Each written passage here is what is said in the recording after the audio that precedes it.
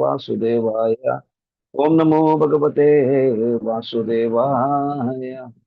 नारायणं नमस्कृत्य नरं चैव नरोत्तमं देवीं सरस्वतीं व्यासं ततो जयमुदीरयेत। नष्टप्रायेषु भद्रेषु नित्यं भागवतः सेवया भगवतेरुत्तमश्लोके भक्तिर्भवति नैष्ठिकी। कृष्णाय वासुदेवाय देवकी नंदनाय च नंदगोपकुमाराय श्रीगोविन्दाय नमो नमः। जय श्री कृष्ण चैतन्य प्रभो नित्यानंद श्री अद्वैत गदाधर शिवासादि गौरभक्त वृंद। हरे कृष्णा कृष्ण कृष्णा हरे हरे, हरे राम രാമ രാമ ഹരേ ഹരേ, ഹരേ കൃഷ്ണ. എല്ലാ ഭക്തജനങ്ങൾക്കും എൻ്റെ കോടി കോടി പ്രണാമം. വെള്ളിയാഴ്ച ദിവസം എല്ലാവരും എല്ലാ ദിവസവും ബിസിയാണ്. വെള്ളിയാഴ്ച സ്പെഷ്യലി ഞാൻ കുറച്ച് ബിസി ആയിരിക്കുന്നു, സോറി. ആ ഞാൻ മാതാജിയ ഗുരുവഷ്ടകം പാടുന്നത് കേട്ടു. ഈ ഗുരുവഷ്ടകം എന്ന് വെച്ച് കഴിഞ്ഞാല് കുറച്ച് നമ്മള്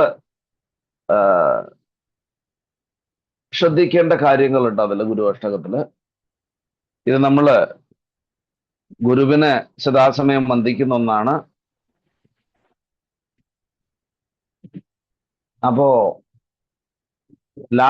ലാസ്റ്റാണ് ഞാൻ കേട്ടത്. അതില് യസ്യ പ്രസാദ ഭഗവത് പ്രസാദോ യസ്യ അപ്രസാദ ന ഗതി കുതോപി. അപ്പൊ അതൊന്ന് ശ്രദ്ധിച്ചേക്കണം. നമ്മുടെ ഓരോരോ ഇത് നമ്മൾ പാടുമ്പോഴും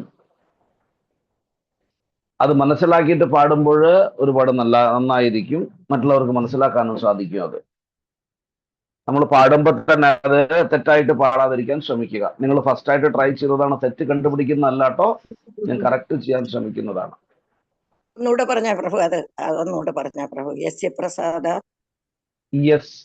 യസ്യ പ്രസാദ ഭഗവത് പ്രസാദോ യസ്യ അപ്രസാദ എന്നാണ് പറയേണ്ടത്. അത് യസ്യ പ്രസാദ നഗതി കുതോപി ധ്യായം സ്തുവം തസ്യ യശസ്ത്ര സന്ധ്യാ വന്ദേ ഗുരു ശ്രീ ചരണാരവിന്ദം.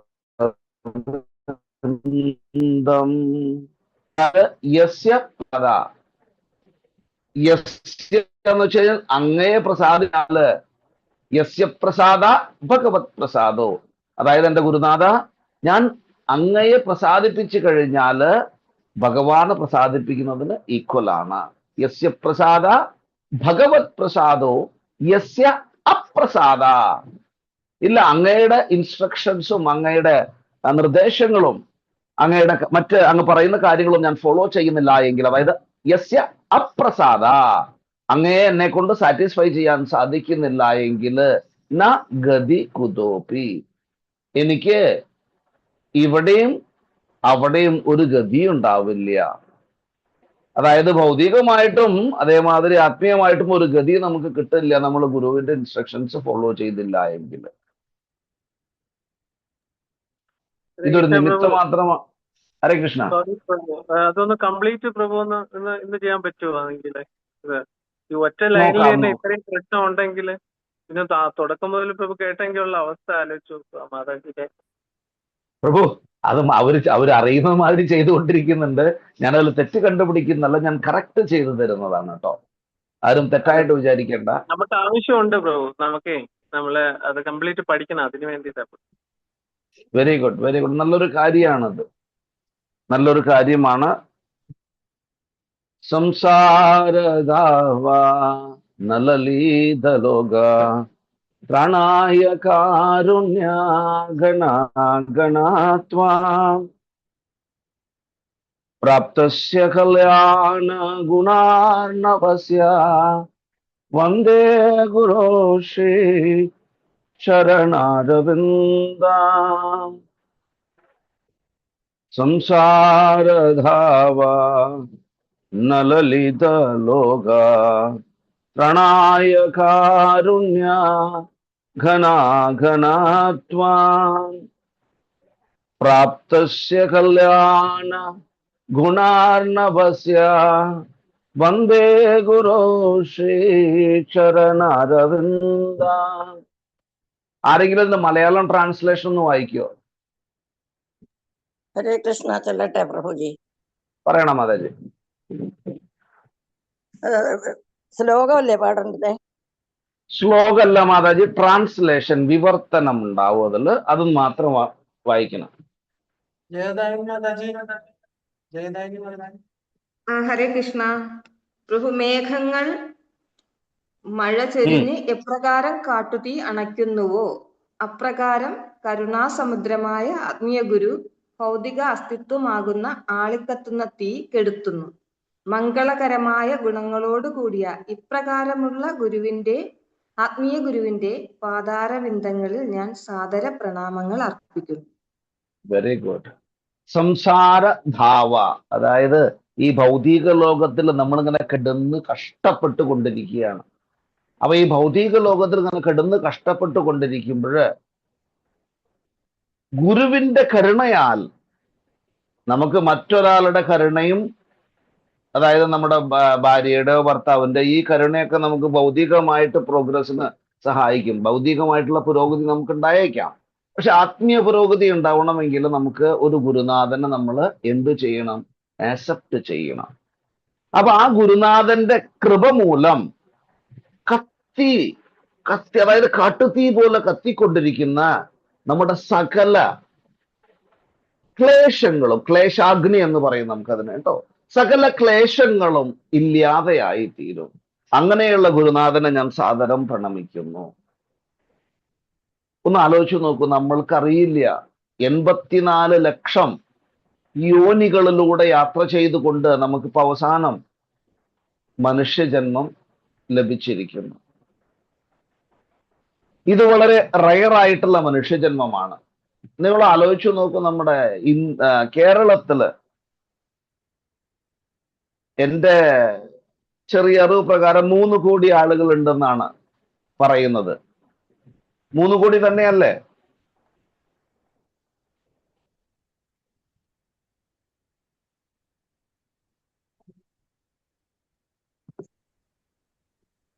ആർക്കെങ്കിലും അറിയോ എത്ര കോടി ഉണ്ടെന്ന്? 3.5 കോടി. 3.5 കോടി. വെരി ഗുഡ്, താങ്ക് യു പ്രഭു. അപ്പോ 3.5 കോടി ജനങ്ങളുള്ള നമ്മുടെ കേരളത്തില് നമുക്ക് ഓരോരോ ജില്ലയായിട്ട് തരംതിരിച്ചേക്കാം. പ്രത്യേകിച്ച് നമ്മളിപ്പോ നമുക്ക് തിരുവനന്തപുരം ജില്ലയ്ക്ക് വന്നേക്കാം. തിരുവനന്തപുരം ജില്ലയില് എത്ര ആളുകളുണ്ട് പ്രഭു?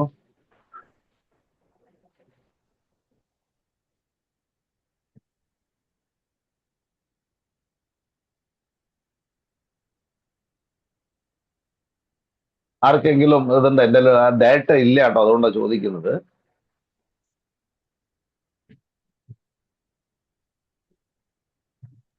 അത് പറയാൻ പാടാ. കിട്ടുമല്ലോ പ്രഭു? കുറച്ച് ഒന്ന് ഗൂഗിൾ ചെയ്ത് നോക്കൂ, കിട്ടേണ്ടതാണ്.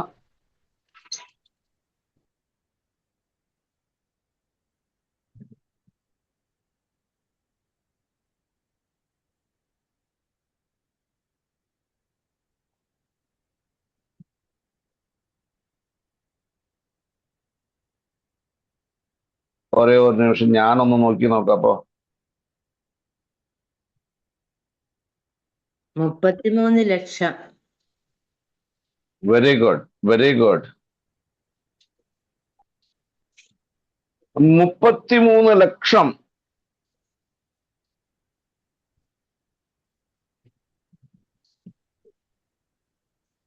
ഒമ്പത് ലക്ഷത്തി 33 ലക്ഷം. Okay okay okay.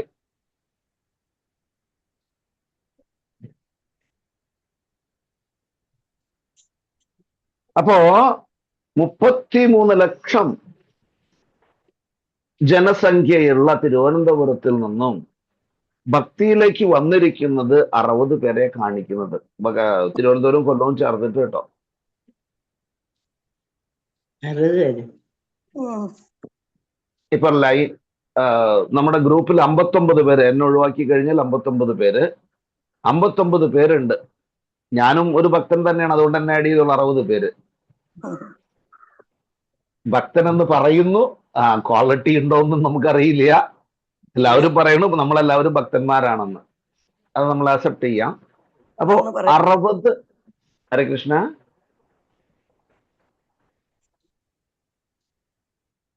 എന്തേലും പറഞ്ഞു ആരെങ്കിലോ? ഓക്കെ, 60 പേരെ വന്നിട്ടുള്ളൂ. അപ്പൊ എത്ര പെർസെന്റേജ് ആയി പോയി ഇത്? 3 ലക്ഷം, 33 ലക്ഷം അല്ലേ മനോജി? 33 ലക്ഷം അല്ലേ പറഞ്ഞേ?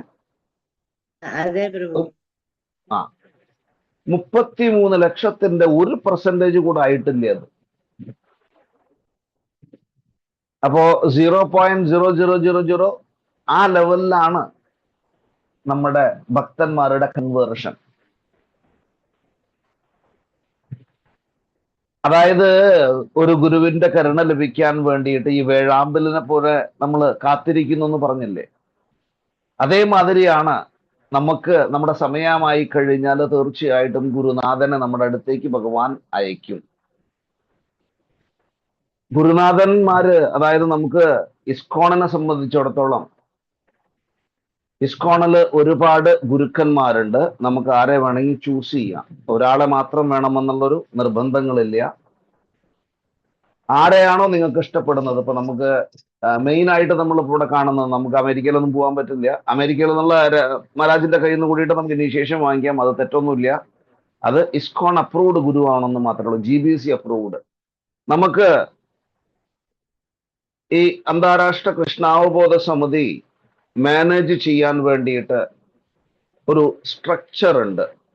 നമ്മുടെ ലോക്കൽ ടെമ്പിള്, അത് കഴിഞ്ഞാൽ SIDC. ഇപ്പൊ നമ്മുടെ സൗത്ത് ഇന്ത്യയിൽ പോകുമ്പോൾ സൗത്ത് ഇന്ത്യൻ ഡെവലപ്മെന്റ് കൗൺസിൽ എന്ന് പറഞ്ഞിട്ടൊന്നുണ്ട്, SIDC എന്ന് പറയും. അത് കഴിഞ്ഞിട്ട് പിന്നെ നമുക്കൊരു ബ്യൂറോ ഉണ്ട്. ഈ ബ്യൂറോ കഴിഞ്ഞിട്ട് പിന്നെ നമുക്ക് വരുന്നതാണ് നമ്മുടെ GBC. GBC എന്ന് വെച്ച് കഴിഞ്ഞാൽ ഗവേണിംഗ് ബോർഡ് കമ്മീഷൻ എന്ന് പറയും. അപ്പോ സൗത്ത് ഇന്ത്യക്ക് 2 പേരാണ് ഗവേണിംഗ് ബോർഡ് കമ്മീഷണർ, അതായത് GBC 2 പേരാണ് സൗത്ത് ഇന്ത്യയിൽ. നോർത്ത് ഇന്ത്യക്ക് ഒരുപാട് ആളുകളുണ്ട് കേട്ടോ. സൗത്ത് ഇന്ത്യയിൽ പ്രത്യേകിച്ച് ഇപ്പൊ 2 പേരാണ് ഇരിക്കുന്നത്. ഒന്ന് ഹിസ് ഹോളിനസ് ഭാനു സ്വാമി മഹാരാജ്, മറ്റൊരാള് ഹിസ് ഹോളിനസ് ജയപതക സ്വാമി മഹാരാജ്. ഈ 2 പേരാണ് GBCകൾ. പിന്നെ സൗത്ത് ഇന്ത്യൻ ഡെവലപ്മെന്റ് കൗൺസിലില് ഒരുപാട് ആളുകളുണ്ട്. അതായത് ലോക്കൽ ടെമ്പിളിന്റെ പ്രസിഡൻസ് ഉണ്ടായിരിക്കും. ഇനി ലോക്കൽ ടെമ്പിൾ ഇല്ലെങ്കിൽ അവിടെ ഒരു നാമഘട്ട പോകണമെങ്കിൽ നാമഘട്ട റെപ്രസെന്റ് ചെയ്യുന്ന ഒരു മാനേജർ ഉണ്ടായിരിക്കും. ഇവരെല്ലാമാണ് സൗത്ത് ഇന്ത്യൻ ഡെവലപ്മെന്റ് കൗൺസിലിൽ ഇരിക്കുന്നവർ. അപ്പോ ഈ GBCയുടെ റൂളുകളുണ്ട്. ആർക്കെല്ലാം ദീക്ഷ കൊടുക്കാം, ആരെല്ലാം ദീക്ഷ കൊടുക്കാൻ യോഗ്യന്മാരാണെന്ന് GBC പറഞ്ഞിട്ടുണ്ട്. ഈ GBC ഗവേണിംഗ് ബോർഡ് കമ്മീഷൻ എന്ന് പറഞ്ഞു കഴിഞ്ഞാൽ ശ്രീല പ്രഭുപാദന്റെ കൃപ മൂലം അദ്ദേഹം ഉണ്ടാക്കി വെച്ചൊരു സ്ട്രക്ചറാണ്. അപ്പൊ നമ്മൾ ഒരു ക്ഷേത്രത്തിന് നോക്കുകയാണെങ്കിൽ ആ ക്ഷേത്രത്തിനൊരു സ്ട്രക്ചർ ഉണ്ട്. ഒരു പ്രസിഡന്റ് ഉണ്ടായിരിക്കും, ഒരു കമ്മിറ്റി ഉണ്ടായിരിക്കും, അതിന് സബ് കമ്മിറ്റികൾ ഉണ്ടായിരിക്കും. അതേമാതിരി തന്നെ ഇസ്കോണിന് ഒരു മെയിൻ ആയിട്ടുള്ളൊരു കമ്മിറ്റി ഉണ്ട്, ഒരു സ്ട്രക്ചർ. അവിടെ പ്രസിഡന്റ് അല്ല, ഗവേണിംഗ് ബോർഡ് കമ്മീഷൻ. ആ ഗവേണിംഗ് ബോർഡ് കമ്മീഷൻ ഒരു ചെയർമാൻ ഉണ്ടായിരിക്കും. ആ ചെയർമാനാണ് ആ കാര്യങ്ങൾ നോക്കുന്നത്. മീറ്റിംഗ് അറേഞ്ച് ചെയ്യുന്നത് എല്ലാ സന്യാസിമാരെയും എല്ലാ GBCകളെയും. സന്യാസിമാര് മാത്രമല്ല GBC കേട്ടോ, GBCയിൽ ഒരുപാട് സീനിയർ ഭക്തന്മാരും ഉണ്ട്. അപ്പോ ഇതെല്ലാം ഇൻക്ലൂഡ് ചെയ്തിട്ടൊരു സ്ട്രക്ചർ ഉണ്ട്. ആ സ്ട്രക്ചറിൽ നിന്ന് ആ സ്ട്രക്ചർ അല്ലെങ്കിൽ GBC അപ്രൂവ് ചെയ്തിരിക്കുന്ന ഏത് ഗുരുനാഥനെയും നമുക്ക് സ്വീകരിക്കാം. അപ്പോ നിങ്ങൾ ഇപ്പോ JPS ജയപതക സ്വാമി മഹാരാജിനെ സ്വീകരിക്കാം. ഭാനുസ്വാമി ദീക്ഷ കൊടുക്കുന്നില്ല, അതുകൊണ്ട് ഭാനുസ്വാമിനെ പ്രതീക്ഷിക്കേണ്ട, അദ്ദേഹം ദീക്ഷ കൊടുക്കില്ല എന്ന് പറഞ്ഞിരിക്കുന്നു. പിന്നെ നമുക്ക് രാധാനാഥ് മഹാരാജ് ഉണ്ട്. പിന്നെ നമുക്ക് രാധാ ഗോവിന്ദ് മഹാരാജ് ഉണ്ട്. പിന്നെ നമുക്ക് ഭക്തി വികാസ് സ്വാമി ഉണ്ട്. ഇവരെല്ലാം ശീല പ്രഭുപാദന്റെ ശിഷ്യന്മാരാണ്. ഭക്തി വികാസ് മഹാരാജെല്ലാം വരച്ച വരയിൽ നിർത്തും നമ്മളെല്ലാവരെയും. അങ്ങനെയുള്ള ഒരു സ്ട്രക്ചറാണ്, അങ്ങനെ ഒരു സ്വഭാവമാണ് മഹാരാജിൻ്റെത്. എന്താന്ന് വെച്ച് കഴിഞ്ഞാല് നമ്മളിപ്പോ ഈ ഹരേ കൃഷ്ണ മഹാമന്ത്രം പാടുന്നത് കൂടെ വേറൊരു ട്യൂണിൽ പാടിക്കഴിഞ്ഞാൽ മഹാരാജ് പറയും നിർത്താൻ പറയാം അവിടെ. അപ്പൊ അദ്ദേഹം പ്രഭുപാദന്റെ ആ ധൂൺ ഹരേ കൃഷ്ണ കൃഷ്ണ കൃഷ്ണ ഹരേ ഹരേ ഹരേ രാമ രാമ രാമ ഹരേ ഹരേ. അപ്പോ ആ പ്രഭുപാദന്റെ ധൂൺ മാത്രം പാടാൻ പറയും മഹാരാജ് ചില സമയത്ത്. പക്ഷെ നമ്മള് ട്യൂൺ കുറച്ച് മാറ്റിയിട്ട് പുതിയ ആളുകൾ തന്നെ അപ്രോച്ച് ചെയ്യുന്നുണ്ട്, പുതിയ ആളുകൾ തന്നെ കിട്ടാൻ വേണ്ടിയിട്ട്. അപ്പൊ അതിൽ കുറച്ച് മാറ്റങ്ങൾ വരുത്തിയിട്ട് അട്രാക്ട് ചെയ്യാൻ വേണ്ടിയിട്ടാണ് ഔട്ട്റീച്ച് പ്രോഗ്രാം എന്ന് പറയും അതിനെ. മറ്റു ഭക്തന്മാരെ അട്രാക്ട് ചെയ്യാൻ വേണ്ടിയിട്ട് നമ്മൾ ശ്രമിക്കുന്നത്. അപ്പോ ഞാൻ പറഞ്ഞു വന്നത് ഗുരുനാഥനെ കുറിച്ചിട്ടാണ്. അപ്പോ അങ്ങനെയുള്ള ഗുരുനാഥൻ, അതായത് നമ്മുടെ സകല ക്ലേശങ്ങളെയും, അതായത് കത്തിക്കൊണ്ടിരിക്കുന്ന സകല ക്ലേശങ്ങളെയും ദയയാകുന്ന മഴയിൽ ഇല്ലാതെയാക്കുന്നവനാണ് ഗുരുനാഥൻ. ആ ഗുരുനാഥനെ നമ്മൾ സാദരം പ്രണമിക്കുന്നു. ഇതാണ് ആദ്യത്തെ ശ്ലോകത്തിന്റെ ആദ്യത്തെ സ്റ്റെൻസ, ഒന്നാമത്തെ ഇതിന്റെ അർത്ഥം. മഹാപ്രഭോ കീർത്തന നൃത്യ ഗാന മഹാപ്രഭോ കീർത്തന നൃത്യ ഗീത വാദിത്രമാദ്യാൻ മനസോരസേന രോമാഞ്ചകംപാ ശുധരംഗബാജോ വന്ദേ ഗുരോ ശ്രീ ചരണാരവിന്ദ. രണ്ടാമത്തത് മഹാപ്രഭോ കീർത്തന നൃത്യ ഗീത വാദിത്രമാദ്യാൻ മനസോരസേന രോമാഞ്ചകംപാ ശുതരംഗഭാജോ വന്ദേ ഗുരോ ശ്രീ ചരണാരവിന്ദം. അതിന്റെ അർത്ഥം ഇതൊന്ന് വായിക്കണം മഹാരാജി, ട്രാൻസ്ലേഷൻ. തിരുനാമ ജപം, ആനന്ദ നൃത്തം, സംഗീത ഉപകരണങ്ങളുടെ വാദനം എന്നിങ്ങനെയുള്ള ശ്രീ ചൈതന്യ മഹാപ്രഭുവിന്റെ സങ്കീർത്തനത്താൽ ആത്മീയ ഗുരു എല്ലായ്പ്പോഴും ആനന്ദിക്കുന്നു. അദ്ദേഹം മനസ്സിൽ പരിശുദ്ധ ഭക്തി ആസ്വദിക്കുന്നതിനാൽ ചിലപ്പോൾ രോമങ്ങൾ എഴുന്നു നിൽക്കുക, ശരീരം വിറയ്ക്കുക, കണ്ണുനീർ പ്രവഹിക്കുക എന്നിവ പ്രകടമാകുന്നു. ഇപ്രകാരമുള്ള ആത്മീയ ഗുരുവിന്റെ പാതാരവിന്ദങ്ങളിൽ ഞാൻ സാദര പ്രണാമങ്ങൾ അർപ്പിക്കുന്നു. ഹരേ കൃഷ്ണ. ഗുരുനാഥൻ നമുക്ക് ഒരുപക്ഷെ എക്സ്റ്റേണൽ ആയിട്ട് നോക്കുന്ന സമയത്ത് നമ്മൾ കാണുന്നതെന്ന് വെച്ച് കഴിഞ്ഞാല് അദ്ദേഹം എന്തോ സാധാരണ കാര്യങ്ങൾ ചെയ്യുന്നു, അദ്ദേഹം നമ്മളെ മാതിരി തന്നെയാണ് യാത്ര ചെയ്യുന്നത്, നമ്മളെ മാതിരി തന്നെയാണ്. ഒരിക്കലും ഗുരുനാഥനെ ഒരു സാധാരണ മനുഷ്യനായിട്ട് നമ്മൾ കമ്പയർ ചെയ്യാൻ പാടില്ല. അവര് ആത്മീയ തലത്തിലിരിക്കുന്നവരാണ്. ചൈതന്യ മഹാപ്രഭുവിന്റെ സങ്കീർത്തൻ മൂവ്മെന്റില്, ഈ സങ്കീർത്തന പ്രസ്ഥാനത്തില് ഡാൻസ് കളിച്ച് എൻജോയ് ചെയ്തു വരുന്ന ആ ചൈതന്യ മഹാപ്രഭുവിന്റെ മനസ്സിൽ, അതായത് ചൈതന്യ മഹാപ്രഭുവിനെ മനസ്സിൽ സൂക്ഷിച്ചു വയ്ക്കുന്നവരാണ്. തന്റെ ജീവിതം, അതായത് ആ അണു ശരീരത്തിന്റെ അണു അതിലെല്ലാം പൂർണ്ണമായിട്ടും ചൈതന്യ മഹാപ്രഭു, അതായത് ഹരേ കൃഷ്ണ മഹാമന്ത്രവും ചൈതന്യ മഹാപ്രഭുവും മാത്രം നിറഞ്ഞു നിൽക്കുന്നവനാണ് ഒരു ഗുരുനാഥൻ. മഹാപ്രഭു കീർത്തന നൃത്യ ഗീത വാദിത്രമാധ്യാൻ. അപ്പൊ നമ്മൾ മനസ്സിലാക്കേണ്ട സംഗതികൾ എന്താന്ന് വെച്ച് കഴിഞ്ഞാല്, ഗുരുനാഥനെ ഒരിക്കലും ഒരു സാധാരണ മനുഷ്യനായിട്ട് കമ്പയർ ചെയ്യാൻ പാടില്ല. അദ്ദേഹം ഭഗവാന്റെ കരുണ സ്വീകരിച്ച ഒരു വ്യക്തിയാണ്. അങ്ങനെ ഉള്ള ഒരു വ്യക്തി ഭഗവാന് തുല്യമാണ് എന്ന് കരുതി ഗുരുനാഥൻ ഒരിക്കലും ഭഗവാൻ ആകുന്നില്ല. ഗുരുനാഥൻ മാത്രമാണ്. പക്ഷെ ഗുരുനാഥന് ഭഗവാനിൽ നിന്നുള്ള കരുണ അളവറ്റ കരുണയുള്ളവനാണ്. ആ കരുണ നമുക്ക് തരാൻ അദ്ദേഹത്തിനെ കൊണ്ട് മാത്രമേ സാധിക്കുള്ളൂ. അങ്ങനെയുള്ള ഗുരുനാഥനെ ഞാൻ സാദരം പ്രണമിക്കുന്നു. ഒന്ന് ആലോചിച്ചു നോക്കൂ. നമുക്കറിയാം, നമ്മൾ കഥകളൊക്കെ കേട്ടിട്ടുണ്ട് അല്ലേ? നാരദ മുനി എല്ലാവർക്കും കരുണ കൊടുക്കുന്ന ഒരു വ്യക്തിയാണ്. അദ്ദേഹം മൃഗാരി എന്ന് പറഞ്ഞ ഒരു കാട്ടാളന്, അതായത് മൃഗാരി എന്ന് വെച്ച് കഴിഞ്ഞാൽ മൃഗങ്ങളുടെ ശത്രു എന്നാണ് അർത്ഥം. മൃഗാരി. അരി എന്ന് വെച്ച് കഴിഞ്ഞാൽ എനിമി. എന്റെ ഗുരുനാഥൻ എനിക്ക് തന്നിരിക്കുന്ന പേര് അരി സൂദന ദാസ്, അതായത് ശത്രുക്കളെ ഇല്ലാതെയാക്കുന്നവന്റെ ദാസൻ എന്നർത്ഥത്തില്. അപ്പൊ അരി എന്ന് വെച്ച് കഴിഞ്ഞാൽ എനിമി, ശത്രു എന്നാണ് അർത്ഥം. അപ്പോ മൃഗാരി എന്ന് വെച്ച് കഴിഞ്ഞാൽ മൃഗങ്ങളുടെ ശത്രു, അല്ലെങ്കിൽ മൃഗങ്ങളുടെ എതിരാളി എന്നർത്ഥം. അപ്പോ ഈ മൃഗാരി ഇദ്ദേഹത്തിന്റെ ഹോബി എന്താന്ന് വെച്ച് കഴിഞ്ഞാല് ഈ മൃഗങ്ങളെയെല്ലാം പാതി കൊന്നിട്ട്, പാതി മാത്രമേ അതിനെ കൊല്ലാൻ ശ്രമിക്കുള്ളൂ. എന്നിട്ട് ആ മൃഗം കിടന്ന് തുടിക്കുന്നത് കണ്ടുകൊണ്ട് ആനന്ദം നേടുന്ന ഒരു വ്യക്തിയാണ് മൃഗാരി. അത്രയും ക്രൂരനായിട്ടുള്ള ഒരു വ്യക്തിയായിരുന്നു മൃഗാരി. അതായത് ഒരു മൃഗത്തിന് പാതി മുറിച്ചിട്ട്, അതായത് അതിനെ പാതി കൊന്നിട്ട്, ഫുള്ളായിട്ട് കൊല്ലുന്നില്ല. നമുക്ക്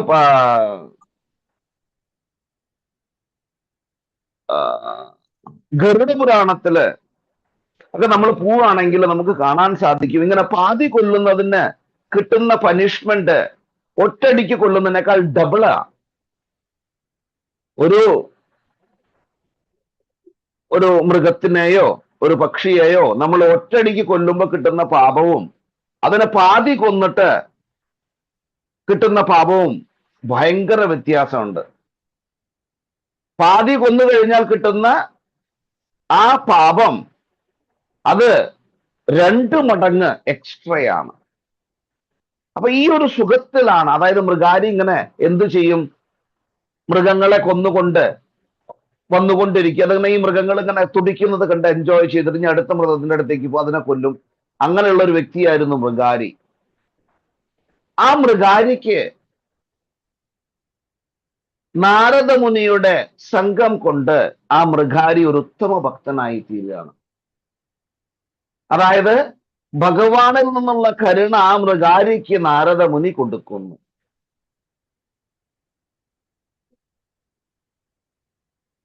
മൃഗാരി ചോദിച്ചു, ഞാൻ എൻ്റെ ഫാമിലിക്ക് വേണ്ടിയിട്ടാണ് ഈ കാര്യങ്ങൾ ചെയ്യുന്നത്, എൻ്റെ ഫാമിലിയും എൻ്റെ മക്കളെയും എൻ്റെ ആളുകളെയും ഇതാക്കാൻ വേണ്ടിയിട്ടാണ് ഞാൻ ഈ വേട്ട നടത്തുന്നത് എന്ന് പറഞ്ഞു. അപ്പൊ നാരദര് പറഞ്ഞു, ശരി, നീ ഇത് നിന്റെ കുടുംബത്തിനാണ് ചെയ്യുന്നത്, കുടുംബത്തിന് വേണ്ടിയിട്ടാണ് ചെയ്യുന്നതെങ്കിൽ നിന്റെ കുടുംബം നിന്നോട് പാപം ഏറ്റെടുക്കാൻ തയ്യാറാണോ എന്ന് ചോദിച്ചു. അതായത് നിനക്ക് ലഭിക്കുന്ന പാപം അത് അവരും ഷെയർ ചെയ്യാൻ റെഡിയാണോ എന്ന് ചോദിച്ചു. അപ്പൊ മൃഗാരി പറഞ്ഞു, ശരിയാണ്, അവർ ചെയ്തോളൂ. അല്ല, കൺഫേം ചെയ്യൂ എന്ന് പറഞ്ഞു. ഭാര്യയുടെ അടുത്ത് പോയി ചോദിച്ചു, ഞാൻ നിങ്ങൾക്ക് വേണ്ടിയിട്ടാണ് അത്രയും കാര്യങ്ങൾ ചെയ്യുന്നത്, നിങ്ങള് എന്റെ പാപത്തിൽ നിന്ന് ഒരു അംശം സ്വീകരിക്കില്ലേ എന്ന്. അപ്പൊ ഭാര്യ പറഞ്ഞു, മൂഢ, താൻ ചെയ്യുന്ന കർമ്മങ്ങളുടെ ഫലങ്ങൾ താൻ തന്നെ അനുഭവിക്കണം. നിന്റെ ഉത്തരവാദിത്വമാണ്, അല്ലയോ മൃഗാരി, അങ്ങയുടെ ഉത്തരവാദിത്വമാണ് ഞങ്ങളെ, അതായത് അങ്ങയുടെ കുടുംബത്തിനെ സംരക്ഷിക്കുക എന്നുള്ളത്. അതിൽ ഞങ്ങൾ പാപം സ്വീകരിക്കാൻ തയ്യാറല്ല. നിന്റെ കടമയാണ് നീ ചെയ്യേണ്ടത്, കടമ നീ ചെയ്ത് ഞങ്ങളെ രക്ഷിക്കേണ്ടത് നിന്റെ കടമയാണ്, നീ ചെയ്തേ പറ്റൂ, ഞങ്ങൾ അതിൽ ആ പാപത്തിന് ഷെയർ ചെയ്യാൻ ഞങ്ങൾ റെഡിയല്ല എന്ന് പറഞ്ഞു. അങ്ങനെ തിരികെ വന്ന് നാരദമുനിയുടെ പാതാരവിന്ദങ്ങളിൽ ശരണം പ്രാപിച്ചുകൊണ്ട് മൃഗാരി ഒരു ഉത്തമ ഭക്തനായി തീരുകയാണ്. അങ്ങനെ കുറച്ച് ദിവസം കഴിഞ്ഞപ്പോൾ മൃഗാരിയെ കാണാൻ വേണ്ടിയിട്ട് നാരദ ഋഷിയും അദ്ദേഹത്തിന്റെ ഒരു ഫ്രണ്ടായിട്ടുള്ള ഒരു മുനിയും വരുന്നുണ്ട്. വളരെ ദൂരത്തിൽ നിന്നും തന്നെ ഇവർ രണ്ടുപേരെയും കണ്ടപ്പോഴും മൃഗാരി സന്തോഷം കൊണ്ട് തുള്ളിച്ചാടുകയാണ്. എന്നിട്ട് ഇവരുടെ അടുത്തേക്ക് ഓടി വരാൻ ശ്രമിക്കുക. വരുന്ന സമയത്ത് അദ്ദേഹം വളരെ ശ്രദ്ധയോട് കൂടിയിട്ടാണ് കാലും കൈയും വെച്ചുകൊണ്ട് വരുന്നത്. അതായത് എന്താണ്, അദ്ദേഹം നടക്കുന്ന സമയത്ത് ഇരുമ്പുകളെ കാണുന്നുണ്ട്. ആ ഇരുമ്പുകളെ സ്റ്റാമ്പ് ചെയ്യാതെ, അല്ലെങ്കിൽ ആ ഇരുമ്പുകളുടെ മേലിൽ കാല് പെടാതിരിക്കാൻ വേണ്ടിയിട്ട് അദ്ദേഹം ജമ്പിങ് ചെയ്തിട്ടാണ് വന്നുകൊണ്ടിരുന്നത്. അപ്പൊ ചോദിച്ചു, അങ്കീരസ് ആണ് കേട്ടോ ഇരുന്നത്, അങ്കീര മുനി ഉണ്ടായിരുന്നു കൂടെ, എന്താണ് ഇങ്ങനെ വരുന്നത് എന്ന്. അപ്പൊ അദ്ദേഹം പറഞ്ഞു, ഞാൻ കാല് വയ്ക്കുന്ന സ്ഥലത്ത് ഇരുമ്പുകളെ കാണുന്നുണ്ട്, അപ്പൊ അവരെ തന്നെ കൊല്ലണ്ട എന്ന് വെച്ചിട്ടാണ് ഞാൻ ഇങ്ങനെ വരുന്നതെന്ന് പറഞ്ഞു. അപ്പോ ട്രാൻസ്ഫർമേഷൻ നോക്കണം. ഒരു ഭക്തന്റെ സാധുസംഘ സർവശാസ്ത്രഹോയ് ലവമാത്ര സാധുസംഘ് സർവസിദ്ധിഹായ്. അതായത് സാധുക്കളുടെ സംഘം, അതൊരു ഫ്രാക്ഷൻ ഓഫ് സെക്കൻഡ്സ് കിട്ടിയാൽ മതി നമുക്ക് ഉത്തമ ഭക്തന്മാരായി തീരാൻ വേണ്ടിയിട്ട്. അതായത് നമ്മുടെ മനസ്സ് ക്ലിയർ ആയിരിക്കണം, നമ്മുടെ ഇന്റൻഷൻ ക്ലിയർ ആയിരിക്കണം, നമുക്ക് മറ്റൊന്നുമില്ല, ഭഗവത് സേവ മാത്രമാണ് ആഗ്രഹം. ഇത് നമ്മുടെ മനസ്സിലുണ്ടെങ്കിൽ നമുക്ക് തീർച്ചയായിട്ടും ഉത്തമ ഭക്തരാവാൻ വേണ്ടിയിട്ട് പ്രഭുപാദന്റെ ഒരു ഭക്തനിൽ നിന്ന്, അല്ലെങ്കിൽ ഗുരുപരമ്പരയിൽപ്പെട്ട ഒരു വ്യക്തി നമ്മളെ സ്വീകരിക്കാൻ റെഡിയാകും. അത് ഭഗവാൻ ഓട്ടോമാറ്റിക്കലി അറേഞ്ച് ചെയ്തോളും. നമ്മൾ അതിന് കൂടുതലായിട്ട് എൻഡിവർ ചെയ്യണമെന്നില്ല. നമുക്ക് എല്ലാ ഗുരുക്കന്മാരുടെയും ക്ലാസ്സുകൾ ശ്രദ്ധിച്ചുകൊണ്ട് ഏതാണോ നിങ്ങൾക്ക് ഈസി, അതായത് ഏതാണോ നിങ്ങൾക്ക് മനസ്സിലാകുന്നത്, അല്ലെങ്കിൽ നിങ്ങളുടെ ഒരു അറ്റാച്ച്മെന്റ് ആ ഗുരുവിനോട്, അത് ഏത് ഗുരുവിനോടാണോ നിങ്ങൾക്കുള്ളത്, അത് നിങ്ങൾക്ക് തീർച്ചയായിട്ടും ആ ഗുരുനാഥനെ സ്വീകരിക്കാൻ അന്താരാഷ്ട്ര കൃഷ്ണാവബോധ സമിതി അംഗീകരിച്ചിട്ടുള്ളതാണ്. അത് നിങ്ങളെല്ലാവരും പ്രാപ്തരായിക്കൊണ്ടിരിക്കുകയാണ് കേട്ടോ. 1-2-3 വർഷമായി ഈ ക്ലാസ് നടന്നുകൊണ്ടിരിക്കുന്നു. നിങ്ങളെല്ലാവരും ഇനി ദീക്ഷ സ്വീകരിക്കാൻ പ്രാപ്തരായിക്കൊണ്ടിരിക്കുകയാണ്. അപ്പൊ നിങ്ങളുടെ ഗുരുനാഥൻ ആരാണോ നിങ്ങളുടെ ഇഷ്ടം, അത് നിങ്ങളുടെ ലീഡറായിട്ടുള്ള പൈതൽ പ്രഭുവിനോട് പറഞ്ഞു കഴിഞ്ഞാൽ അദ്ദേഹം അതിനു വേണ്ടിയിട്ടുള്ള അറേഞ്ച്മെന്റ് ചെയ്തോളൂ. അപ്പൊ ഇതൊക്കെ വളരെ ഇമ്പോർട്ടൻ്റ് ആയിട്ടുള്ള കാര്യങ്ങളാണ് നമുക്ക് ഭക്തിയിൽ മുന്നേറാൻ വേണ്ടിയിട്ട്. ഇനി അടുത്തത്, മൂന്നാമത്തത്, ഞാൻ 2 പറഞ്ഞു. 1, 2. ശ്രീവിഗ്രഹാരാധന നൃത്യ നാനാ ശൃംഗാരതന്മന്ദിരമർജനാദോ യുക്തസ്യ ഭക്താംശ നിയുഞ്ജതോപി വന്ദേ ഗുരോ ശ്രീ ചരണാരവിന്ദാ. ശ്രീവിഗ്രഹാരാധന നൃത്യനാനാ ശൃംഗാരതന്മന്ദിരമർജനാദോ യുക്തസ്യ ഭക്താം ച നിയുഞ്ജതോപി വന്ദേ ഗുരോ ശ്രീ ചരണാരവിന്ദം. മാതാജി. ഹരികൃഷ്ണൻ. ആത്മീയ ഗുരു എല്ലായ്പ്പോഴും ക്ഷേത്രത്തിൽ രാധാകൃഷ്ണന്മാരുടെ ആരാധനയിൽ ഏർപ്പെടുകയും തന്റെ ശിഷ്യന്മാരെ അതിൽ വ്യാപൃതരാക്കുകയും ചെയ്യുന്നു. അവർ വിഗ്രഹങ്ങൾ അലങ്കരിക്കുക, ക്ഷേത്രം വൃത്തിയാക്കുക തുടങ്ങിയ സേവനങ്ങളിൽ ഏർപ്പെടുന്നു. ഇപ്രകാരമുള്ള ആത്മീയ ഗുരുവിന്റെ പാതാരവിന്ദങ്ങളിൽ ഞാൻ സാദര പ്രണാമങ്ങൾ അർപ്പിക്കുന്നു. ഹരേ കൃഷ്ണ. ഇതിന്റെ അർത്ഥം എന്താന്ന് വെച്ച് കഴിഞ്ഞാല്, നമ്മുടെ ഗുരുനാഥന്മാർക്ക് ഭൗതിക ചിന്തകളൊന്നും ഉണ്ടാവില്ല. അവര് സദാസമയവും ശ്രീവിഗ്രഹാരാധന, അതായത് ഭഗവാന്റെ മൂർത്തിയെ ആരാധിച്ചുകൊണ്ടേയിരിക്കും. ക്ഷേത്രത്തിൽ മാത്രമല്ല, ഇവരെല്ലാം നമ്മള് ശ്രീല പ്രഭുപാദന്റെ പ്രേമധ്വനി പാടുമ്പോൾ ജയോം വിഷ്ണുപാദ പരമാംസ പരിവ്രകാചകാചാര്യ അഷ്ടോത്തര സദസ്യ Srimad his divine grace A C Bhaktivedanta സ്വാമി ശ്രീല പ്രഭുപാദ് എന്ന് പറയുന്നുണ്ട് അല്ലെ. എന്താണ് പരിവ്രജകാചാര്യ എന്ന് പറയുന്നത്? അതായത് അവരൊരു സ്ഥലത്ത് നിൽക്കുന്നില്ല, അവര് യാത്ര ചെയ്തുകൊണ്ടേയിരിക്കും. ഒരു സ്ഥലത്ത് നിൽക്കുന്നത് ഒരു ഗൃഹസ്ഥന്റെ ഇതാണ്. തന്റെ കുടുംബത്തിനോട് ചേർന്നിട്ട്, തന്റെ കുടുംബം മാത്രമാണ് തനിക്കെന്ന് കരുതിയിട്ട്. പക്ഷെ ഇവിടെ ഒരു ഗുരുനാഥൻ എന്താണ് ചെയ്യുന്നത്? അദ്ദേഹം യാത്രകൾ ചെയ്തുകൊണ്ടിരിക്കും. ശ്രീല പ്രഭുപാദ് 12 പ്രാവശ്യം ഓൾ ഓവർ ദി വേൾഡ്, 12 പ്രാവശ്യം തന്നെ എന്തോന്ന് ലോകം മുഴുവൻ ചുറ്റിയിട്ടുണ്ട്. എത്രാമത്തെ വയസ്സിലാണ്? 60 വയസ്സിനേക്കാൾ മേലെയുള്ള സമയത്ത്. എന്തിനാണ്? കൃഷ്ണപ്രേമം കൊടുക്കാൻ വേണ്ടിയിട്ട്. അപ്പൊ നമ്മൾ മനസ്സിലാക്കേണ്ട സംഗതി, ഒരു ഗുരുനാഥൻ സദാസമയം ഭഗവത് സേവനത്തിൽ ഏർപ്പെടുന്നു. അത് മാത്രമല്ല, തൻ്റെ ശിഷ്യന്മാരെയും അതിൽ ഏർപ്പെടുത്താൻ അദ്ദേഹം ശ്രമിക്കുന്നു. അങ്ങനെയുള്ള ഗുരുനാഥന്റെ പാതാരവിന്ദങ്ങളിൽ ഞാൻ സാദരം പ്രണമിക്കുന്നു.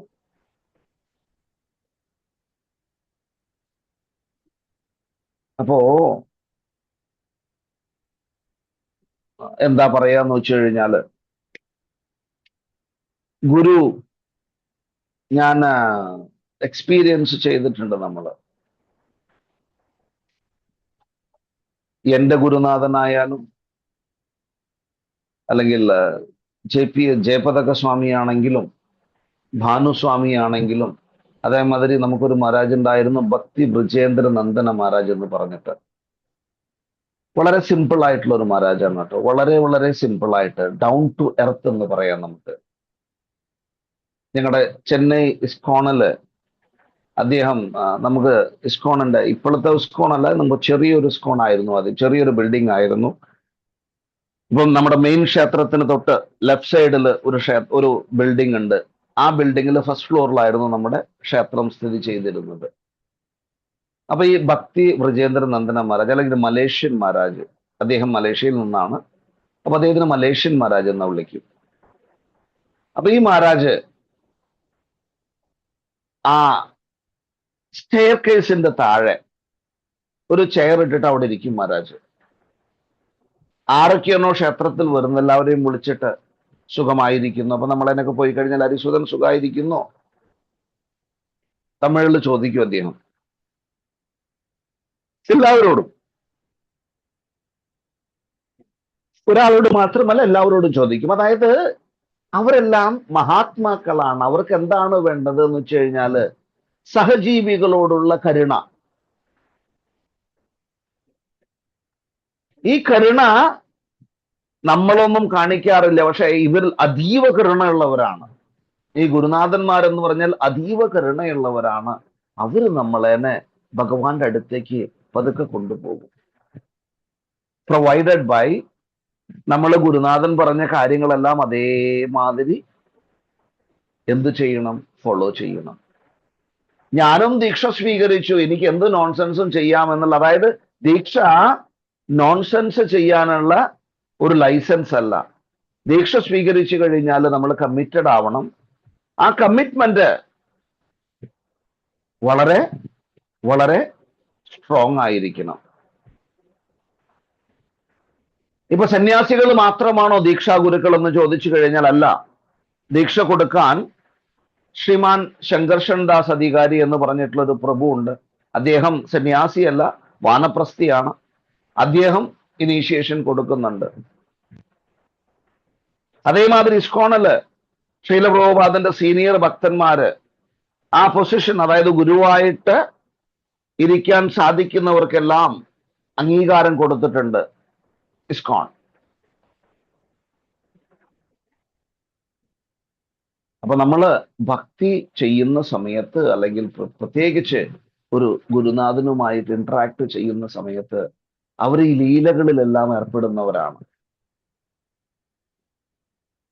നമ്മൾ സാധാരണ ആളുകളെ മാതിരി, നമ്മൾ എന്തുകൊണ്ടാണ് ഗുരുനാഥൻ ഒരു സ്പെസിഫിക് ആയിട്ടുള്ള ഒരു റൂം കൊടുക്കുന്നു, ആ റൂമില് മഹാരാജ് മാത്രം താമസിക്കുന്നു? കാരണം അവർ ഇന്ററാക്ട് ചെയ്യും, അതായത് ഭഗവാനുമായിട്ടുള്ള അവരുടെ ഇന്ററാക്ഷൻ ഉണ്ട്.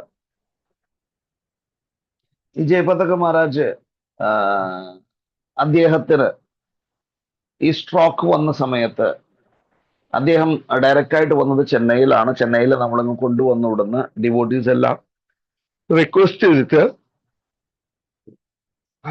സോറി, അദ്ദേഹത്തിന് അപ്പോളോ ഹോസ്പിറ്റലില്, ഗ്രെയിംസ് റോഡ് ഒരു അപ്പോളോ ഹോസ്പിറ്റൽ ഇവിടെ ഉണ്ട്.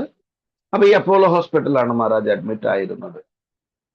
അതിനുശേഷം അദ്ദേഹത്തിന് ഒബ്സർവേഷന് വേണ്ടിയിട്ട്, അതായത് കുറെ അവിടെ ട്രീറ്റ്മെന്റ് ചെയ്തിട്ട് പിന്നെ അദ്ദേഹത്തിനോട് വേറെ ഇതാക്കാൻ പറഞ്ഞു, ചെക്കപ്പിന് വന്നാൽ മതി എന്ന് മാത്രം പറഞ്ഞു. അങ്ങനെ അദ്ദേഹത്തിന്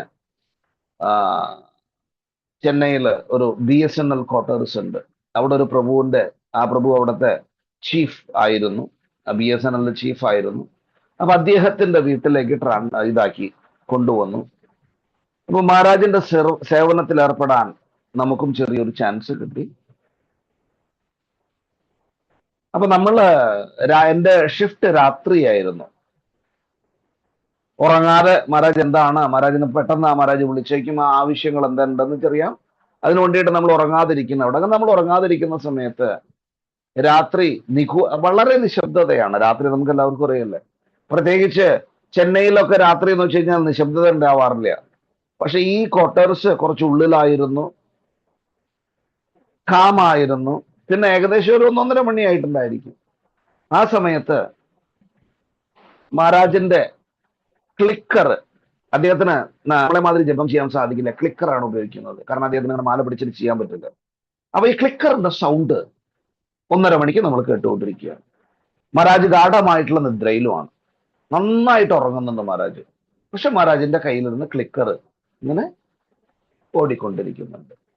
അപ്പൊ ഇതിന്റെ അർത്ഥം എന്താന്ന് വെച്ച് കഴിഞ്ഞാൽ, അവരുടെ ഭക്തി, അവർ ഉറക്കത്തിലാണെങ്കിലും വേണ്ടില്ല, അവർ സമാധിയായാലും വേണ്ടില്ല, ഭഗവാനെ സ്മരണ പോയിക്കൊണ്ടേയിരിക്കും ഇവർക്ക് എല്ലാവർക്കും. അതാണ് ഗുരുനാഥൻ എന്ന് പറയുന്നത്. അപ്പൊ അങ്ങനെയുള്ള ഗുരുനാഥനെ സ്വീകരിച്ചു കഴിഞ്ഞാൽ ഗുരുനാഥന്റെ വാക്കുകൾ അതേമാതിരി നമ്മൾ ഫോളോ ചെയ്യണം. അല്ലെങ്കിൽ ന ഗതി കുതോപി, ഒരു ഗതി ഉണ്ടാവില്ല. ഹരേ കൃഷ്ണ.